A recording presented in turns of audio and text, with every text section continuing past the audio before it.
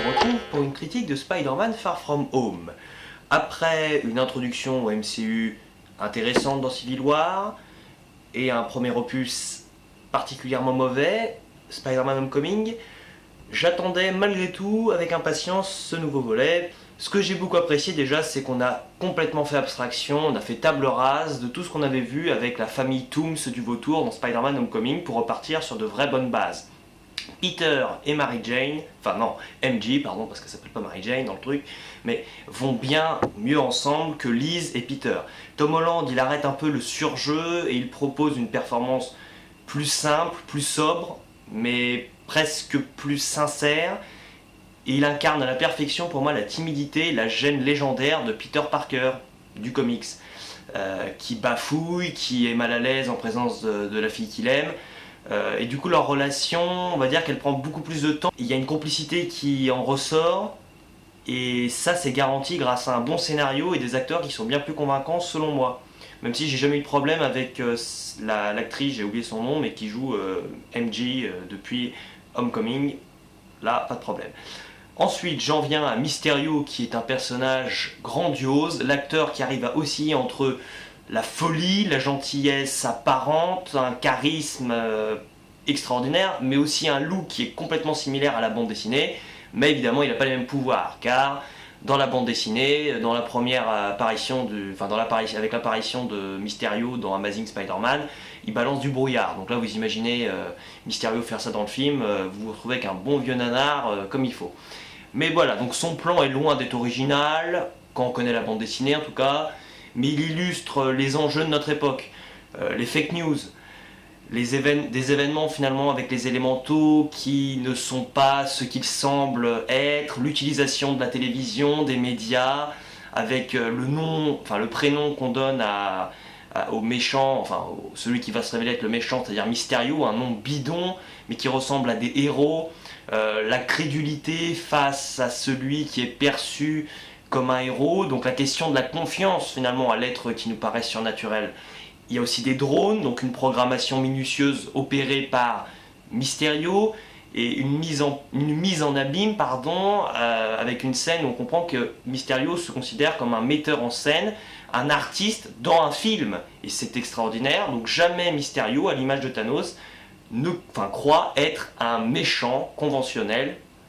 Il va devoir tuer Peter Parker, mais il considère que ce n'est pas sa faute. Il considère en gros qu'il n'est pas responsable du chaos qu'il a lui-même instauré. J'ai relevé également un autre point positif, qui était pour moi un point négatif d'ailleurs dans Spider-Man Homecoming, c'est la mise en scène.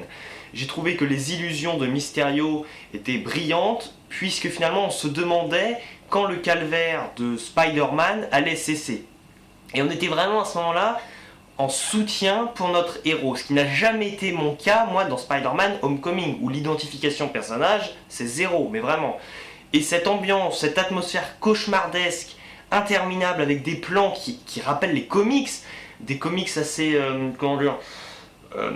assez impressionnants, parce que finalement on adapte, je trouve, des comics fantaisistes, voilà, je cherchais le nom, c'est qu'en gros, on a le casque de Mysterio qu'il retire lui-même, et qui représente une boule de Noël dans laquelle se trouve Spider-Man prisonnier. C'est délirant, et tu sens que l'équipe pour moi du film s'est éclatée, et elle a proposé une démonstration hors norme à ce moment-là.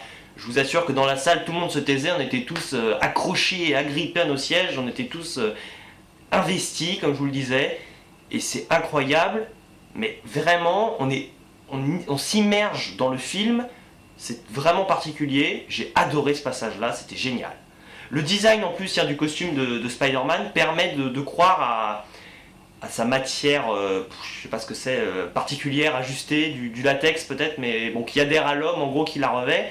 Et le combat, et ça on s'en rend compte lors du combat entre plein de Spider-Man, justement, dans la fameuse illusion de Mysterio. Et les combats n'en paraissent que plus fluides, plus immédiats, presque bruts, vous voyez, un peu comme avec un film de Batman, je trouve.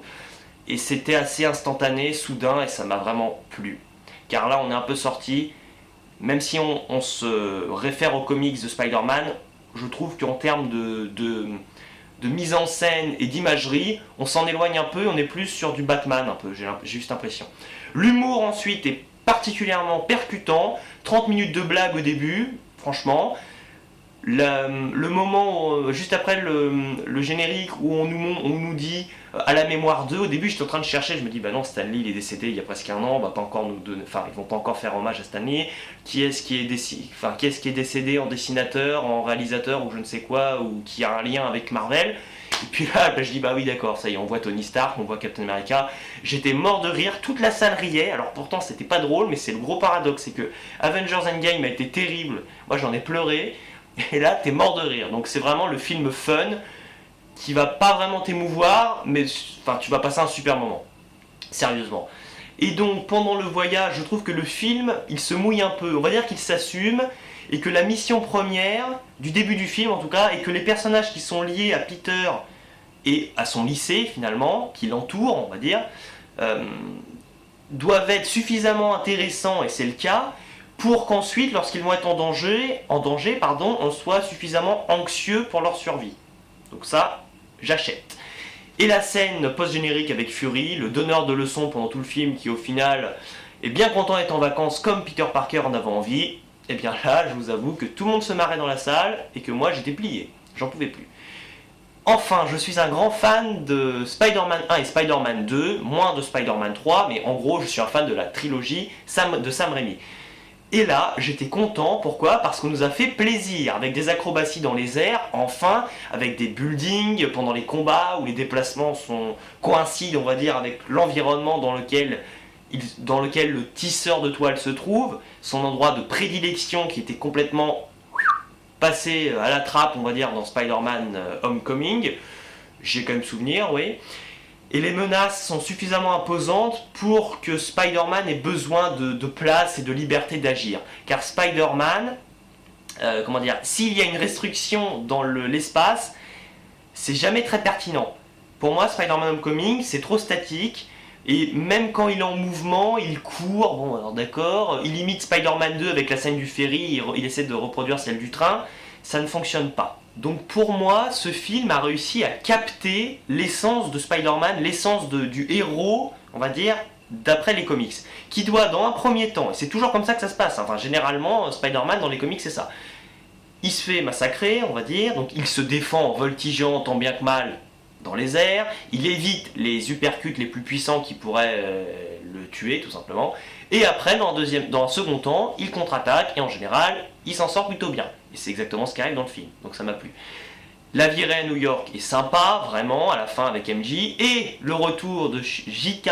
Simmons, que j'ai appelé J.K. Rowling en début, j'ai crié dans la salle J.K. Rowling, j'étais complètement à côté du sujet. Dans la salle, tout le monde criait, tout le monde applaudissait, alors la salle était à fond, il y avait que des fans, t'avais l'impression, c'était la folie, hein, la salle qui tremblait à moitié, ah c'est Jameson, c'est Jameson. Retour inattendu pour J.K. Simmons, et donc son importance, c'est encore la critique des médias qui changent la réalité, qui la contredisent, en faisant juste avec des coups d'opportunité qui proposent juste des faits d'exclusivité, de l'information, quoi.